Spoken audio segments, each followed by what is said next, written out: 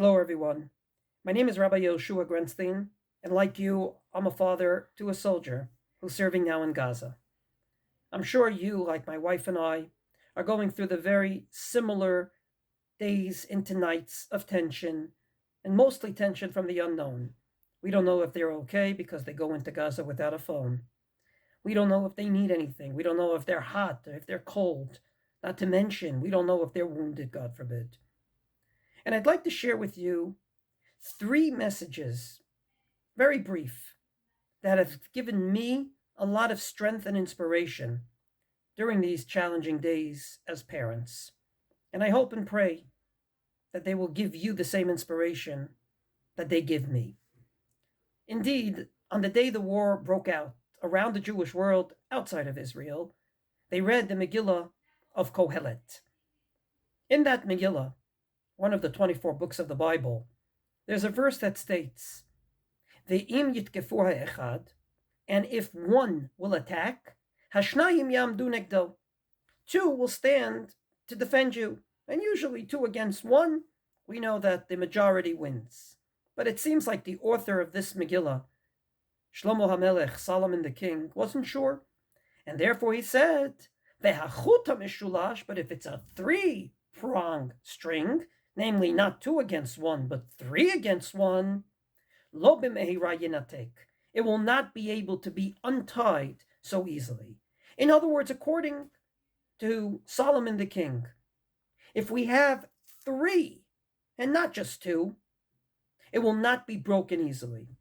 And with that in mind, I'd like to share with you 3 messages that have given me great hope and inspiration and strength during those very trying and challenging days into nights that I, together with you, are going through as parents to soldiers fighting this justified war.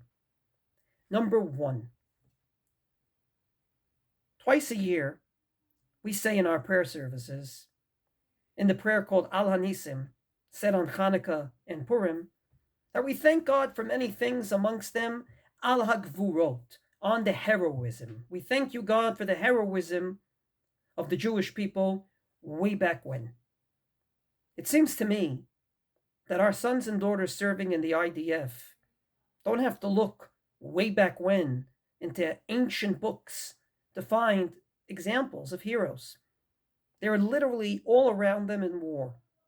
There are so many stories coming out right now that show that the Jewish people are not only a very strong people, an eternal people, they're also heroes.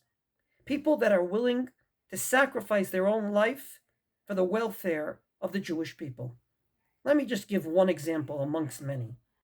Elchanan Kalmanzon, Hashem Yikom Damo, when the war broke out, a resident of Otniel. Otniel is not near the border in any way. He's in charge of security there. He heard that the war broke out. He didn't think twice. He put on his uniform, zoomed down there, a religious man on Simchas Torah, to go and save people. He was joined by his brother and his nephew.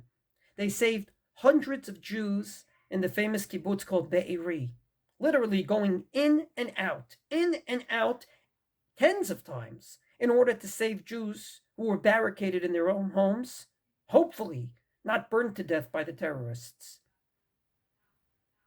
They did this tens of times. Now just imagine what it means to go back in, to be fired on.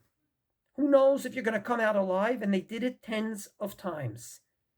Unfortunately, after doing it so many times at about 7 o'clock in the morning, they went into a home and a terrorist was waiting for them and shot Elchanan dead.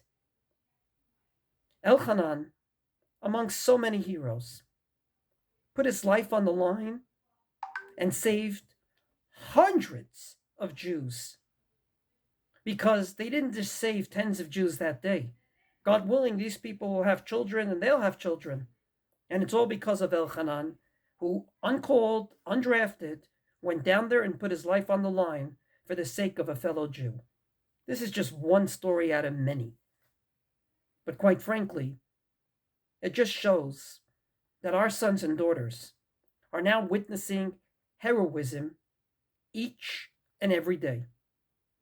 They are seeing, if not experiencing themselves, if not themselves being the heroes, going ahead and living up to the highest heroism possible, and that is to put your life on the line for a fellow Jew. That's the first thing that gives me inspiration, that my son, together with all the soldiers, are actually witnessing heroism firsthand. If I have to go to a book to read about this hero, that hero, he doesn't. Indeed, there is one particular version of Al Hanisim that we add, as I said, to the prayer service on Hanukkah and Purim, that doesn't say at the end of its first sentence, Bayamim Ahem, Bizman Hazeh, at that time, way back when, during this time of the year, but rather Bayamim Ahem, Ubizman Hazeh, at that time, and also in this time. Namely, there were heroes then at the time of Hanukkah and Purim, and they're heroes today, and we thank God for them. That's the first thing that gives me much strength, heroism. The second thing that gives me so much inspiration is the fact that these boys and girls, turned men and women, turned into soldiers, are now no longer just part of the Jewish nation. They're not just one of many. They have put their lives on the line, and therefore they're part of a very long history of trying to survive, a very long history of the quest of survival for the Jewish people. In a word, the minute they put on that uniform and went into war, they are no longer just Shimon, Levi, Rachel, Leah. They are now part of a large Jewish history that we're going to read about and they're going to be part of. Our enemies tried to destroy us, and it's clear today that's exactly what they wanted to do. And these people put on a uniform and are part of the quest of Jewish survival. That gives me amazing strength. Amazing strength to know that indeed this kid turned into soldier is part of Netzach Yisrael Lo Yeshaker. The eternity of Israel will not lie. We will always be around. They're part of making it happen. They're part of ensuring that it's not just a verse in the Bible, but it's actually something that we can feel in reality. And number three, beyond the heroism that they're witnessing or doing, and beyond the fact that they're part of a larger Jewish picture, there's a third thing that gives me strength. And that is, they are now witnessing the presence of God. Indeed, it says in the Bible, in the book of Devarim, that when an encampment goes out to war, Ki Hashem Elokecha, the Lord your God, mitalech bekerev machanecha, is walking within your camp. Namely, God is there, and there are many different laws that pertain to indeed ensuring the sanctity of an encampment during war, because God's presence is there. And it's not just a beautiful slogan. I believe our soldiers are witnessing it day in and day out, especially in two ways. Number one, the amazing unity. Just think what the headlines were on the eve of this war. The country was on the brink of civil war. And look at the unity in the army today.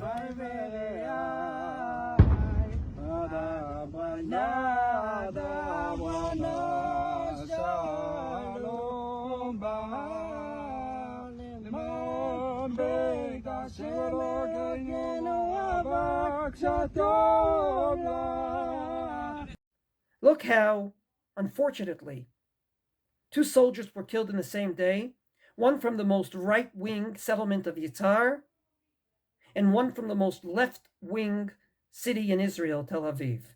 When their two pictures were on the TV, it became very clear. Our soldiers in each and every unit are experiencing extreme unity because God's presence is there, and therefore there's unity. Number two, because God's presence is so much there, the thirst for Judaism of our soldiers is second to none. I mean, it's very difficult in Israel right now to buy a pair of tzitzis, to buy fringes, simply because it's all going to soldiers not necessarily religious, who want to go out to battle with this. Our sons and daughters are in these encampments in which the holy presence of God rests, and they're absolutely experiencing both the unity as well as the thirst for Judaism. So war is terrible. But if this war was indeed thrust upon us against our will, we have to look for the blessing in every curse. And there's 3 blessings, I believe, that come out of this war that our sons and daughters are experiencing day in and day out. Number 1, they're part of the heroes of the Jewish people. Number 2, they're part of a long history in which we have quested and have done everything possible to survive. They're no longer just a part of the Jewish people. They're part of the story of the survival of the Jewish people. And number 3, they are literally day in and day out experiencing God's holy presence by virtue of the extreme unity as well as by virtue of the thirst of Judaism. It's my hope and prayer that, God willing, our sons and our daughters will come home safely much sooner than later. And when they come home, they're not going to be the same people they were before they went out to war, because they experienced these 3 things. And with this experience, I have no doubt that, God willing, when they come home safe and sound, their homecoming will be totally different, simply because they changed. And if they changed, hopefully the tapestry of the Jewish people will change as well.